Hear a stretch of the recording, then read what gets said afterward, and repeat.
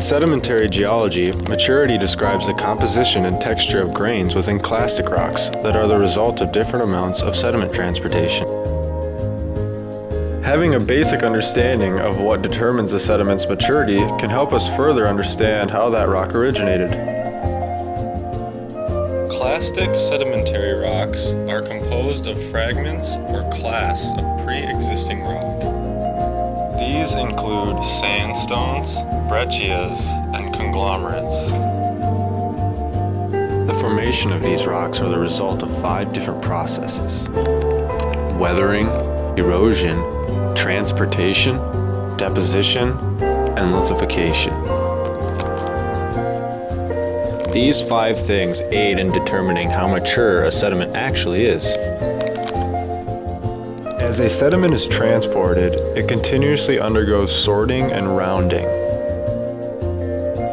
Particles become sorted based on their density due to the energy of their transporting medium.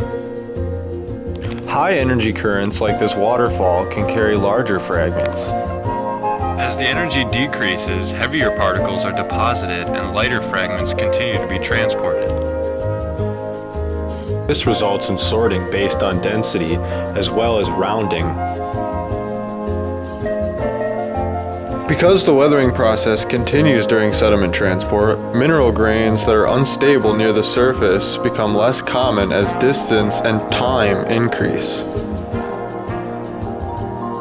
Beach deposits generally exhibit good sorting because the energy at which they transport sediment stays fairly consistent.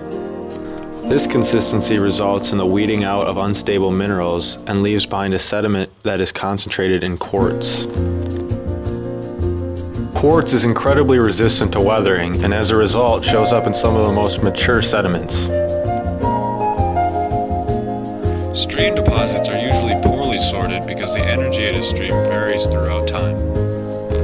The sediments are going to contain various compositions and class sizes. This suggests that this sediment is both compositionally and texturally less mature than that of the beach sand. So what should we learn from this?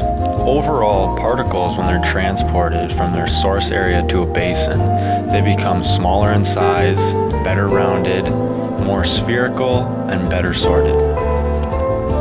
Using these criteria, let's try to determine the maturity of these 2 different sedimentary rocks. This rock was found amongst the shorelines of Wisconsin Point. It would have been part of the Bayfield sandstone group that lines the south shore of Lake Superior. When broken down, 75% of the sediment is composed of quartz, while the remaining 25% is a mixture of feldspar, mica, chert, and other minerals. This is some St. Peter sandstone that I picked up from the Minnehaha River Valley in Minneapolis. When broken down, 99% of the sediment is going to be quartz sand. When comparing the two, the St. Peter sandstone has a more uniform composition than that of the Bayfield sandstone. It also appears to be more rounded as well. With these observations, one can infer that St. Peter sandstone has to be compositionally and texturally more mature than that of the Bayfield sandstone.